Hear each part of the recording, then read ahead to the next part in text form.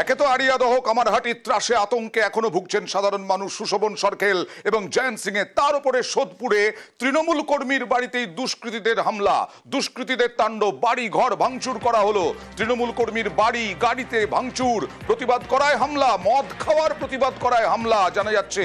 কথা বলবো প্রতিনিধি সুবীরের সঙ্গে। সুবীর, কি হলো? দেখো, তোমাকে জানিয়ে রাখি, পানিহাটি পৌরসভার 15 নম্বর ওয়ার্ড, সে 15 নম্বর ওয়ার্ডের প্রান্তিক এলাকা, সেখানে কিন্তু তৃণমূল কর্মী তার বাড়িতে কিন্তু ভাঙচুর চালানো হয় এবং ভাঙচুর চালানোর পাশাপাশি তার যে টোটো চালায় সে টোটোতেও কিন্তু ভাঙচুর চালানো হয় এবং মদ্যপান এবং যে গাঁজার যে আসর বসে সেই মদ্যপানের প্রতিবাদ করাতেই কিন্তু এই ধরনের হামলা চালানো হয়। এবং স্থানীয় যুবক গুড্ডু সিকদার সহ তার দলবলের বিরুদ্ধে অভিযোগ, খড়দহ থানায় অভিযোগ দায়ের হয়েছে। এখনো পর্যন্ত কিন্তু অভিযুক্তকে পুলিশ গ্রেপ্তার করতে পারেনি, তার খোঁজে বিভিন্ন জায়গায় তল্লাশি চালাচ্ছে। পুলিশ তাড়াতাড়ি পদক্ষেপ করুক, না হলে এরকম ভাবে দুষ্কৃতী তাণ্ডব তো চলতেই থাকবে, কিছু বলাই যাবে না।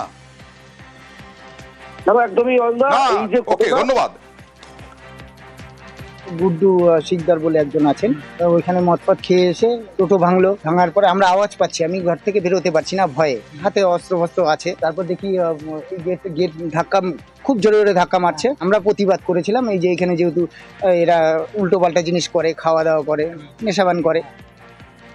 শান্তিনিকেতনে যারা রবীন্দ্র অনুরাগী, কোপাই নদীর অনুরাগী, সেই কোপাই নদীর অবস্থা দেখুন, যমুনার অবস্থা দেখেছিলেন। এই রকম ফেনা, এটা কি দূষণের কারণে? কি কারণ? কোপায়ে ফেনা রহস্য, ফেনায় ঢাকলো কোপাই নদী। দিন কয়েক ধরে এইভাবে কোপায়ে ফেনা জল, ফেনা দেখতে কোপায়ের পরে আবার ভিড়ও হচ্ছে। স্থানীয়রা কি বলছেন দেখুন। আগে তো আসেনি, এই 3 দিন ধরে এরকম আসছে জলটা। এই 3 দিন ধরে ফেনা বইছে? জলটা কালো আর ফেনা হচ্ছে। এর আগে কখনো হয়েছে কোপাই নদীতে? আগে হয়েছে কিনা বলতে পারবো না, অত খেয়াল নেই। আপনি কতদিন ধরে কেন আছেন? আমি ওই 2 বছরের মতন আছি। 2 বছরে কখনো এত ফেনা দেখেছেন? না। আমরা অবশ্যই কোপাই নদী নিয়ে যথেষ্ট চিন্তায় সবাই, কারণ এইরকম ফেনা কেন? পরিবেশ বিজ্ঞানী স্বাতীনন্দী চক্রবর্তী কি বলছেন দেখুন। কোপাই নদীতে যে সাদা ফেনার মতো দেখা যাচ্ছে, এটা মূলত যেটা বোঝা যাচ্ছে যে আমাদের ওখানের যে কোপাই নদীটা, সেটা কিন্তু জলটা দূষিত হয়েছে এবং সেটা ধারণা করা যাচ্ছে যে ওর মধ্যে ফসফেট জাতীয় যদি কোনো বস্তু এসে পড়ে বা সেখানে যদি আরো কোনো অর্গানিক ম্যাটার্স যদি এসে মেশে, তাহলে কিন্তু এই ধরনের ফেনার সৃষ্টি হয় এবং সেটা অবশ্যই পরীক্ষা নিরীক্ষার মাধ্যমে কিন্তু আমাদের প্রথমত সেটা বুঝতে হবে যে আসল রিজনটা কি। এবার আলিপুরদুয়ারের খবরে যাব। আলিপুরদুয়ার সাজতে চলেছে পুরো দমে পুজোর আগে। যে সমস্ত রাস্তা খারাপ, সেই সমস্ত রাস্তা সারাই করা হবে। 30টা ওয়ার্ড, সেই 30টা ওয়ার্ডে পুজোর আগে সাজছে। পুরসভা ইতিমধ্যেই টেন্ডার দেখেছে। কত কোটি টাকার টেন্ডার, কিভাবে পরিকল্পনা, সরাসরি চলে যাব, সংক্ষেপে জানবো রাজকুমারের কাছে। রাজকুমার। অয়নদা, দেখো, 1,65,00,000 টাকার কিন্তু এই টেন্ডার ডেকেছে আলিপুরদুয়ার পুরসভা এবং এই টাকাতে আলিপুরদুয়ার পুরসভার যে 20টি ওয়ার্ড রয়েছে, সেই 20টি ওয়ার্ডে 30টি রাস্তা সংস্কার হবে, একটি পার্ক অর্থাৎ উদ্যান তৈরি হবে এবং আলিপুরদুয়ারের যে বড় বাজার, সেই বড় বাজারে একটি শেড তৈরি হবে। অর্থাৎ একবারে গোটা শহর সাজিয়ে তুলছে আলিপুরদুয়ার পুরসভা। অয়নদা, বেশ।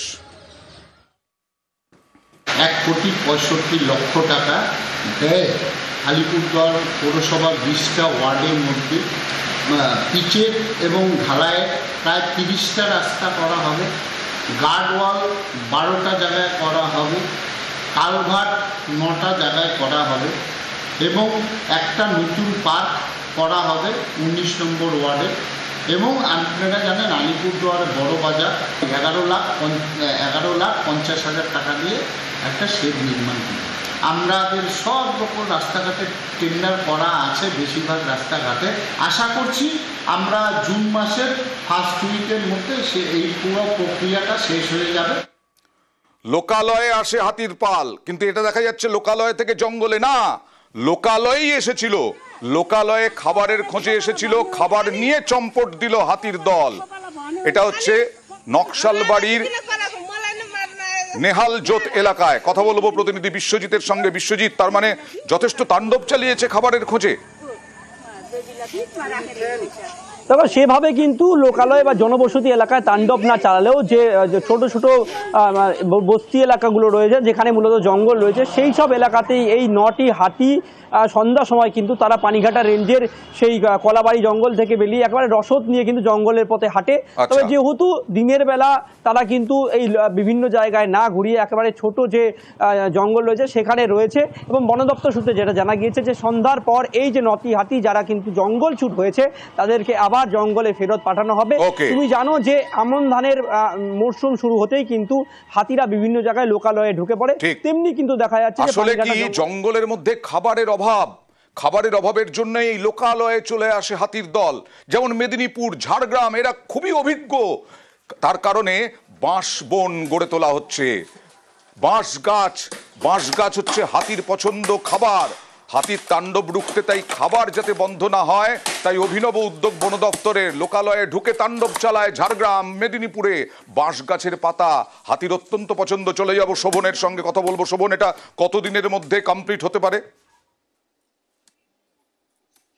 দেখো অয়নদা, যেটা জানা যাচ্ছে বন দপ্তরের তরফ থেকে এখনই বিভিন্ন রেঞ্জগুলোতে কিন্তু যে বাঁশের যে চারা, সেই চারা রোপণের কাজ কিন্তু ইতিমধ্যেই শুরু করে দিয়েছে বন দপ্তর। এবং আগামী যে বর্ষা, সেই বর্ষার আগেই কিন্তু যেটা অনুমান করা হচ্ছে, বর্ষার আগেই যেসব এলাকা দিয়ে হাতি যাতায়াত করে, অর্থাৎ জঙ্গলে যেসব রাস্তা দিয়ে হাতি যাতায়াত করে, সেই সব রাস্তাতেই কিন্তু মূলত এই বাঁশের চারা লাগানো হবে এবং বাঁশ গাছ গড়ে তোলা হবে। এবং বাঁশ বন গড়ে তোলা হলে যেটা বন দপ্তরের তরফ থেকে জানা যাচ্ছে যে বিভিন্ন সময় দেখা যায় যে খাদ্যের অভাবেই কিন্তু মূলত হাতি লোকালয়ে চলে আসে, বিভিন্ন ফসল নষ্ট করে থাকে, এবং সেই কারণেই কিন্তু বন দপ্তরের নিশ্চয়ই অভিনব উদ্যোগ, ভালো উদ্যোগ। কারণ হাতির খাবার বলে কথা, তাই 100 হেক্টরে প্রচুর বাঁশ গাছ লাগানো হচ্ছে। কতটা জায়গায় লাগানো যাবে? 25 হেক্টর। কি কি বাঁশ আছে? জাওয়া, ভালকি, তরল, আরো অন্যান্য প্রজাতির বাঁশ লাগানো হচ্ছে। কেন লাগানো হচ্ছে কেন? ওটা হাতি এসে দল ছুটি হাতিগুলো গ্রামে প্রবেশ করে যাচ্ছে, তো তার জন্যে এই বাঁশ হাতির খাবার জন্যে লাগানো হচ্ছে, যাতে না গ্রামে না আসে। এটা তো শুধু চান্দ্রা নাই, আমি চান্দ্রা, লালগড় আর পিরাঘাটা, তো এমনি আপনি জানে এখানে তো জঙ্গল তো একই রকম জঙ্গল আছে, তো শাল আছে, নাই তো আকাশমণি আছে। তো হাতির খাওয়ার জন্য কিছু ভিতরে এরকম গাছ লাগাতে হবে যে হাতি খাতে পারে, তাকি ও বাইরে কম আসবে। হ্যাঁ, এটা তো আমরা স্টেট ফরেস্ট ডিপার্টমেন্ট উদ্যোগ নিয়েছে। তো এটা নার্সারি চলছে, তো যখন বৃষ্টি শুরু হবে মেবি আমার নর্মাল প্লান্টেশন যেরকম বন মহোৎসব সময় হয়, তো জুলাই স্টার্টিং এ, তো তার সময় লাগানো। গত পরশু জলদাপাড়া অভয়ারণ্যে মাছ ধরতে গিয়েছিলেন ঠাকুমার নাতনি। গন্ডারের হামলায় মৃত্যু হয়েছিল দুজনের। আর নজির গড়ল বন দপ্তর। 48 ঘন্টার মধ্যে তাদের পরিবারের হাতে টাকা তুলে দেওয়া হলো। সরাসরি চলে যাব প্রতিনিধি রাজকুমারের কাছে। রাজকুমার, কত টাকা তুলে দেওয়া হলো 48 ঘন্টার মধ্যে? কিভাবে সম্ভব হলো? কি বলছে পরিবার? দেখো অয়নদা, যেটা জানা যাচ্ছে, খুবই জলদাপাড়া জাতীয় উদ্যান কর্তৃপক্ষ কিন্তু এই নজির গড়ল। তার কারণ হচ্ছে যে একই পরিবারের দুজন, অর্থাৎ ঠাকুমা এবং নাতনি, দুজনের মৃত্যু হয়েছিল। বন দপ্তরের নিয়ম হয়েছে যে একজন মারা গেলে 5 লক্ষ টাকা পায়। সেক্ষেত্রে যেহেতু দুজন মারা গেছে, একই পরিবারের হলেও যেহেতু দুজন মারা গেছে, সেই দুজনের জন্য একেবারে 10 লক্ষ টাকার যে চেক, দুটো আলাদা আলাদা চেক আজকে সকালবেলায় কিন্তু তুলে দেওয়া হয়েছে। কার্যত কিন্তু একেবারে নজির এই কারণে যে 48 ঘন্টা মৃত্যুর, একেবারে 48 ঘন্টার মধ্যে সমস্ত প্রক্রিয়া, অয়নদা এর একটা প্রক্রিয়া থাকে বন দপ্তর। ঠিকই, একটা প্রক্রিয়া থাকে, অনেক সময় লাগার কথা, সময় সাপেক্ষ, কিন্তু এটা 48 ঘন্টার মধ্যে বন দপ্তর করে দেখালো। বন দপ্তরকে আমরা স্বাগত জানাই যে বিগত সোমবারে আপেডরাবা আর তাবিতারাবা গন্ডারের হানাতে মৃত্যু হয়, তার পরিবারকে আজকে 5 লাখ টাকা চেক প্রদান করলো। 36 ঘন্টার মধ্যে এটা পরিবারকে 10 লাখ টাকা দিয়ে সহযোগিতা করলো।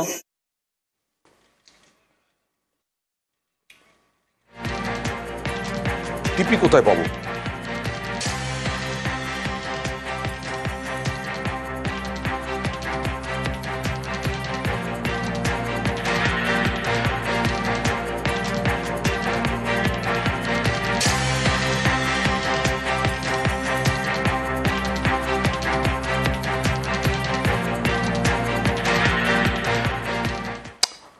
আমরা খবর করি সাধারণ মানুষের সমস্যা সমাধানের জন্য। আমরা দেখিয়েছিলাম 29 এপ্রিল কোতলপুরে বাঁকুড়ার কোতলপুরে এক্স রে মেশিন খারাপ গ্রামীণ হাসপাতালে। আমাদের খবরের জেরে সেই এক্স রে মেশিন সারাই হলো এবং এক্স রে মেশিন সারাইয়ের পরে রোগীর পরিবার, রোগীর আত্মীয়রা তারা খুশি, কারণ এই মেশিনের এই হাসপাতালের উপরে অনেক পরিবার নির্ভর করে।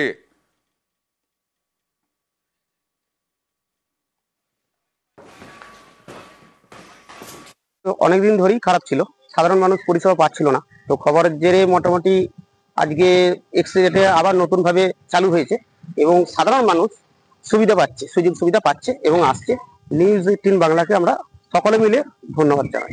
খুবই খুশির খবর, নিউজ 18 বাংলার খবরের জেরে এটা হয়েছে একমাত্র। এই এক্সরে মেশিনটা এতদিন খারাপ ছিল, বহু মানুষ পরিষেবা থেকে বঞ্চিত হচ্ছিল। মানুষ স্বাভাবিক পরিষেবা পাবে, আমরা খুবই খুশি। ডিএমএস স্যার খুব দ্রুততার সঙ্গে এটা চেষ্টা করেছেন এবং উনি সফল হয়েছেন। ডিএমএস স্যারকে অসংখ্য ধন্যবাদ জানাই, আর তার সঙ্গে ধন্যবাদ জানাই নিউজ 18 বাংলাকে। এখন মেশিনটা ঠিক করা হয়েছে, কিন্তু যেহেতু মেশিনটা আমাদের পুরোনো মেশিন, আমরা চেষ্টা করছি একটা নতুন মেশিন আনার। নতুন মেশিনটা এলে এই যে মাঝে মাঝে খারাপ হয়ে যাচ্ছে এই প্রবলেমগুলো থাকবে না। আপাতত সার্ভিসটা চালু হয়েছে এবং ফুল ফ্রেজেই চালু হয়েছে।